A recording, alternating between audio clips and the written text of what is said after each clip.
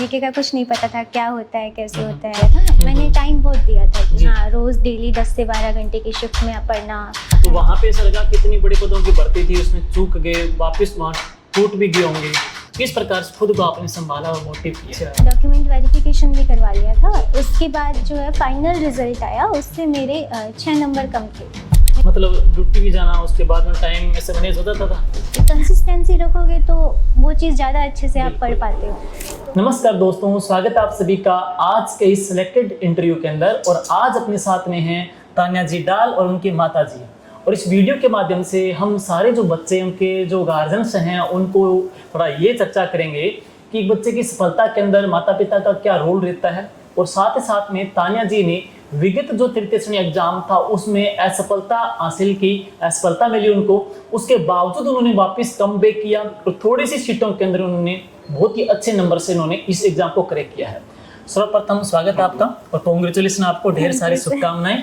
Thank you sir. Thank you sir. Tanya ji, सर्वप्रथम स्वागत है आपका। और sir. इस वीडियो के माध्यम से हम चर्चा करेंगे कि तृतीय श्रेणी अध्यापक जो मुख्य परीक्षा 2025 के बाद में आगामी जो बड़ी भर्ती है 2022 के अंदर एक बड़ी भर्ती आ रही है, तो उन भर्ती के लिए आपका इंटरव्यू एक प्रकार से रोल मॉडल का काम करेगा। तो सर्वप्रथम अपना परिचय बताइएगा, अपने फैमिली के बारे में, माता पिता के बारे में, और आप कहाँ से हम बोलते हैं? नमस्ते सर। हाँ जी। थैंक यू सबसे पहले इनवाइट करने के लिए। Thank you, मेरा नाम तान्या डाल है। हाँ जी। मेरे पिताजी का नाम श्रीमान भगवानाराम डाल है। माताजी सुमित्रा देवी जी, साथ हैं मम्मी। हाँ तो जी। हाँ जी, तो पापा हैं तहसील में अनूपगढ़ में, अनूपगढ़ अनूपगढ़ तहसील से। में। हाँ जी, पापा अनूपगढ़ तहसील में अर्जुन विषय, हाँ जी। और मम्मी जो है मम्मी हॉस्पिटल में ICTC की काउंसलर हैं। जी जी। हाँ जी। और आपकी जो प्राथमिक शिक्षा है सारी अनूपगढ़ से हुई है? नहीं, अनूपगढ़ से नहीं, प्रारंभिक शिक्षा मेरी उदयपुर से हुई है। अच्छा, उदयपुर से। हाँ जी, फिर डीडवाना से भी हुई है, जी। उसके बाद अनूपगढ़ से हुई है मेरी। ठीक है जी। हाँ जी। तो हम बात करेंगे, जैसे पिछली जो भर्ती थी उस एग्जाम के अंदर कहाँ को चूक रही, पहले उसकी बात करते हैं, उसके बाद में आपने जो कमबैक किया उसकी बात करेंगे।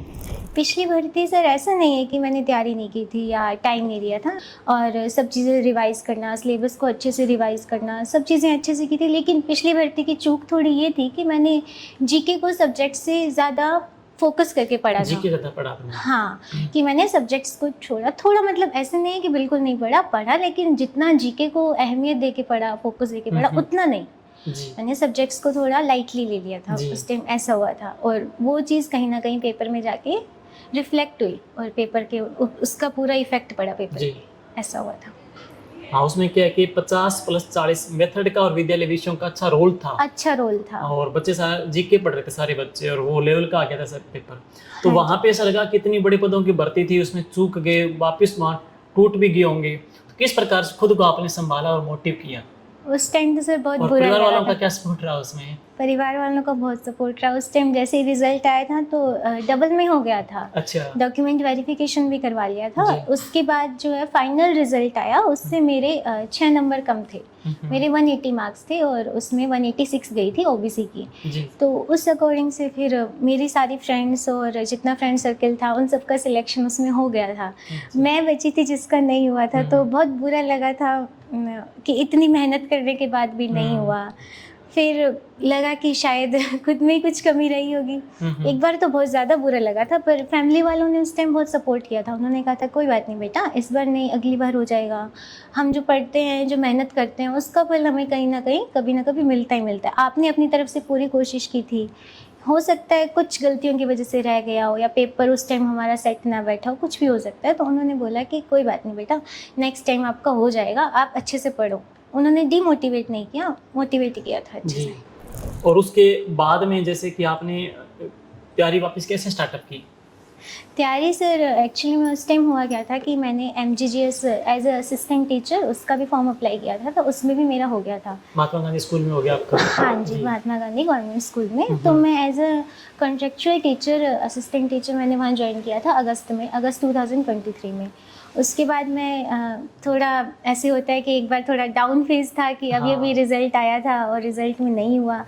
तो वो चीज़ कहीं ना कहीं स्कूल ने मुझे बहुत हेल्प की। मैं वहाँ जाती थी, बच्चों को पढ़ाती थी, तो थोड़ा बिजी रहने से होता है कि आप जो है प्रॉपरली इतना नेगेटिव नहीं सोच हाँ, पाते हो और उस थिंक चीज़। नहीं आती है चीज़ हाँ, की। ओवर थिंकिंग नहीं कर पाते हो, हम्म। नेगेटिव नहीं सोच रहे होते हो, तो उस चीज़ का बहुत अच्छा इफेक्ट पड़ा। और टीचर्स भी थे, बहुत अच्छे थे, सबने बहुत ज़्यादा सपोर्ट किया, मोटिवेट किया कि नहीं बेटा आप कर लोगे, कोई बात सर नहीं। आपका अच्छा माहौल पॉजिटिव था आपका चारों हाँ, ओर से, स्कूल में माहौल पॉजिटिव रखा फैमिली उन का सबने। भी, स्कूल का भी। हाँ जी सर। तो जैसे अब उसके बाद में आपने जो तैयारी स्टार्टअप की, जैसे हाँ। अभी ये जो वैकेंसी आई आपकी, तो लगा नहीं कि सीटें बहुत कम आई है और अरे इसमें हमारा होगा कि नहीं होगा, जैसे पिछली सीटों के मुकाबले कंपैरिजन करें तो खुद को ऐसा फील नहीं हुआ? पिछली बार 21 थी, इस बार 5000 की पोस्ट थी। हाँ जी। हाँ, लेकिन सर मैंने तैयारी सीटों को देख के की नहीं थी, तैयारी मैंने शुरू कर दी थी 2024 की शुरुआत से। अच्छा, कि 24 जब की शुरुआत में कर दी। हाँ जी, क्योंकि 6 से 8 महीने का गैप ले लिया था और स्कूल फिर से? मैं हाँ, स्कूल वाले टाइम में नहीं, स्कूल से गैप नहीं अच्छा, लिया अच्छा। था, पढ़ाई से वो 6 से 8 अच्छा, महीने एक ठीक बार है। गैप हो गया था। ठीक है। उसके बाद मैंने तैयारी शुरू कर दी थी थोड़ा थोड़ा, कि 2-2 घंटे डेली जीके पढ़ना स्टार्ट किया, फिर टीचिंग मेथड। और फिर मैंने जो देखा, अपने पूरे पेपर को एनालिसिस किया और देखा कि मैंने गलती कहाँ की थी। हाँ, ये सबसे बड़ी बात है। हाँ, तो मैंने गलती सब्जेक्ट्स में की थी, तो सब्जेक्ट्स मैंने फिर अपने अच्छे करने स्टार्ट कर दिए। और धीरे धीरे स्कूल के साथ, क्योंकि आना जाना होता था, मेरा स्कूल मेरे होम टाउन से 35 किलोमीटर ऑलमोस्ट पड़ता है, तो 1 घंटा जाने का, 1 घंटा आने का, तो आना जाना होता था। तो इन सब के बीच में 2-2 घंटे टाइम, सुबह 2 घंटे टाइम निकाल लिया, शाम को 2 घंटे टाइम निकाल लिया, ऐसे करके। बट रेगुलरिटी नहीं छोड़ी उस चीज़ की, कि कंसिस्टेंसी रखोगे तो वो चीज़ ज़्यादा अच्छे से आप पढ़ पाते हो। तो कंसिस्टेंट रही अपनी पढ़ाई को लेके, कि डेली, अगर कभी कभी ऐसा भी होता था कि आधा घंटा ही पढ़ा गया दिन में, कभी 1 घंटा, कभी 2 घंटे, कभी 4 घंटे, तो बस ऐसे करके धीरे धीरे पढ़ाई स्टार्ट की। वापस धीरे धीरे जब मुझे लगा कि अब ठीक है, जीके अच्छा जा रहा है, सब्जेक्ट अच्छे जा रहे हैं, उसके बाद वैकेंसी आई थी। वैकेंसी उसके बाद आई थी वैकेंसी। फिर वैकेंसी से पहले वाली तैयारी तो एक बार हो ही गया, एक बार सिलेबस ऑलमोस्ट वैकेंसी से पहले हो गया था। और अच्छी बात है हाँ जी, कि मैं बच्चों से बोलना चाहता हूँ कि जैसे अब कई बच्चे से एग्जाम में चूक गए, जैसे चूक गए थे, इन्होंने क्या है कि एग्जाम भरते से पहले ही अपने जो ऐसे टॉपिक्स, ऐसे पार्ट जहाँ पे इन्होंने खुद को कमजोर फील किया कि मुझे कॉन्फिडेंस नहीं आ रहा, वो उन्होंने तैयार किए हैं। जैसे विद्यालय विषय टीचिंग मेथड, तो आप लोग भी क्या है, अब चूक के कोई बात नहीं, लेकिन आगामी जो भर्ती के लिए आपके जो वीक पॉइंट, वीक सब्जेक्ट है, उनको अभी आप स्ट्रॉन्ग करना स्टार्ट कर दीजिएगा। जी आगे बताइएगा फिर। उसके बाद सर 2024 में राजस्थान का पूरा जीके भी चेंज हो गया था। सिलेबस चेंज हो गया, सिलेबस काफ़ी चेंज हो गया था, क्योंकि पहले जिले 33 पढ़ते थे, अब जिले उस टाइम 51 हो गए थे, फिर 41 हो गए थे। हाँ, तो जीके काफ़ी चेंज हो गया था। तो मैंने फिर से आपसे, जैसे 2022 में कोचिंग की थी, तो मैंने फिर से आपका ऑनलाइन कोर्स परचेज किया था। हाँ, जिससे मेरे को जीके में हेल्प मिला, क्योंकि बाकी सब चीज़ें तो सेम थी, लेकिन जियोग्राफी पूरी चेंज हो गई थी। तो तान्या जी ऑफलाइन स्टूडेंट भी रहे हैं और ऑनलाइन स्टूडेंट भी रहे हैं, ने तैयारी की है। जी आगे। हाँ, तो उसके बाद सर मैंने आपका कोर्स परचेज़ किया और फिर उससे रेगुलर क्लासेस वगैरह अटेंड की, जैसे हो पाती थी वैसे नोट्स बनाए। तो 2025 की जब समर वेकेशंस आई थी, तब तक मैंने आपके सारे नोट्स कंप्लीट कर लिए थे। और उस टाइम मैंने फिर एक बार नोट्स वगैरह सब कंप्लीट करके मेरे पास नए जीके का सही डेटा आ गया था कि हाँ, जो कि पढ़ने के लिए अभी काम आएगा आगे। ऐसे करके 25 तक मेरा नोट्स वगैरह सब कंप्लीट हो गया था। उसके बाद फिर मैंने सब चीज़ों को रिवाइज करके सिलेबस पढ़ना स्टार्ट किया, जिसमें मैंने ज़्यादा focus school subjects, teaching methods और स्कूल मैनेजमेंट्स और साइकोलॉजी, इन सब चीज़ों पे रखा था। इस बार थोड़ा जीके पे कम फोकस रखा था। जो नोट्स बनाए थे बस उन्हीं को रिवाइज करते गए, बाकी अदर मटेरियल कुछ ऐसा नहीं पड़ा ज़्यादा। मतलब ड्यूटी भी जाना, उसके बाद में टाइम ऐसे मैनेज हो जाता था?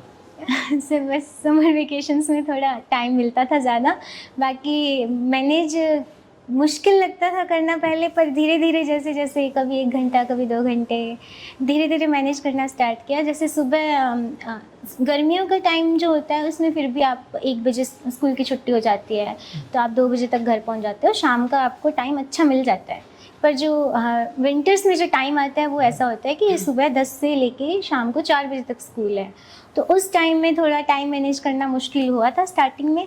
लेकिन फिर मैंने मम्मी से, पापा से बात की, इन्होंने बहुत मोटिवेट किया कि बेटा आप सुबह पढ़ सकते हो, जल्दी उठ के पढ़ सकते हो, आपके पास सुबह का टाइम तो है ही एटलीस्ट, तो आप सुबह जल्दी उठ के। तो फिर मैंने सुबह 3 बजे उठना स्टार्ट किया। 3 बजे उठ के मैं एक बार स्कूल जाने से पहले 3 से 3.5 घंटे पढ़ लेती थी सुबह सुबह। और सुबह सुबह जो फ्रेश माइंड से पढ़ते हैं वो हमें ज़्यादा याद होता है कंपैरिजन टू कि हाँ आप थक के आए हो उसके बाद आप पढ़ रहे हो, उसके कंपैरिजन में सुबह वाला ज़्यादा अच्छा याद होता है। तो मैंने सुबह सुबह पढ़ना स्टार्ट किया, फिर आके 1-2 घंटा पढ़ना स्टार्ट किया, ऐसे करके 4 से 5 घंटे उस टाइम भी निकल रहे थे। तो कोई इंसान में कुछ करने की जुनून हो तो पार्ट टाइम के साथ या जॉब के साथ भी बहुत कुछ कर सकते हैं। जैसे ड्यूटी जाते थे तो उससे पहले अर्ली मॉर्निंग 3 बजे उठ करके फ्रेश माइंड से अपना पूरा शेड्यूल तैयार करके फिर वापस रेडी होकर के स्कूल के लिए जाना। 35 किलोमीटर दूर स्कूल है, स्कूल के work Mahatma Gandhi English medium school, वहाँ पे काम भी ज़्यादा है, शेड्यूल भी रहता है। वापस आना, वो काम पूरा करने के बाद में पढ़ाई करना, एक अच्छे से उन्होंने पूरे दिनचर्या को मैनेज किया है, रूटीन से मेंटेन किया है। तो आप लोग जो अभी टूट चुके हैं, कई बच्चे बोल रहे हैं कि कैसे करेंगे, तो ये अपने एक प्रकार से आपके लिए सीखने का और प्रेरणा देने वाला पल है, क्योंकि यहाँ से आप अब अगली भर्ती के लिए खुद को तैयार कर सकते हो। तो अब आगे बात करें अपनी, जैसे कि आपके अपना इस प्लेटफॉर्म का क्या कुछ रोल रहा, शैक्षिक परिदृश्य का आपने किस प्रकार से तैयार किया, करंट का, जीके के अंदर, ये थोड़ा बच्चों को भी बताइएगा। सर 2022 में जब मैं आपके पास आई थी ऑफलाइन कोचिंग लेने, तो जीके का ज़ीरो नॉलेज था। साइंस, आप साइंस से थे? मैं साइंस बैकग्राउंड से थी, तो जीके बिल्कुल भी, जीके का कुछ नहीं पता था क्या होता है, कैसे होता है।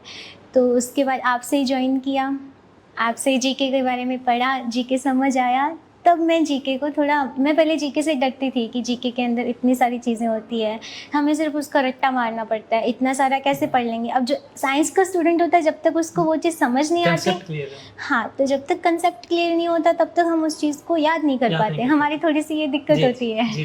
तो आपसे जो सीखा, आपने इतना अच्छे से समझाया, इतना अच्छे से सब चीज़ें क्लियर हुई कि हाँ अब ये जीके मैं पढ़ सकती हूँ, तो मुझे ऐसा लगा। उसके बाद 22 के अंदर तो फिर रह गई थी। 22 के बाद अभी जो इस भर्ती के अंदर क्या मैंने आपकी शैक्षिक परिदृश्य वाली बुक परचेज की थी, हाँ, वो मैंने 4 से 5 बार पढ़ ली थी आराम से। 4 से 5 बार पढ़ दिया आपने? हाँ, ये शैक्षिक परिदृश्य, सब्जेक्ट्स और ये सब मैंने अच्छे से 4 से 5 बार कवर किए थे, क्योंकि ये मुझे ऐसा लगा था कि बच्चे जो है ज़्यादा, पिछली बार मैंने जैसे जीके पढ़ा तो बच्चे ज़्यादा जीके पे फोकस करेंगे, जीके फोकस कर रहे थे मोस्टली बच्चे। हाँ, तो मेरा ये था कि मुझे उस चीज़ पे फोकस करना है जहाँ पे बच्चे फोकस नहीं कर रहे हैं, जहाँ पे कम कर पा रहे हैं, क्योंकि मेरे पास टाइम कम है। अभी मैं सबकी जैसे पढ़ूंगी तो मेरा नहीं हो पाएगा। हाँ, तो बच्चे जहाँ फोकस नहीं कर रहे थे वो एरिया थे शैक्षिक परिदृश्य का, साइकोलॉजी का, टीचिंग मेथड्स का और सब्जेक्ट्स का। आते तो 5 क्वेश्चंस ही है, बच्चे कहते 5 क्वेश्चंस के लिए इतना सिलेबस कौन पढ़ेगा, लेकिन वो 5 क्वेश्चंस आपके लिए पेपर में बहुत मायने रखते हैं। और आपने पिछले एग्जाम में आपने इनकी भूमिका इम्पोर्टेंस देख लिया? मैंने इनकी इम्पोर्टेंस पिछले एग्जाम में देखी थी। मैंने भी बच्चों की तरह यही सोचा था 5 क्वेश्चंस इतना क्या ही इम्पोर्टेंट रोल प्ले कर लेंगे। वही अपनी कमी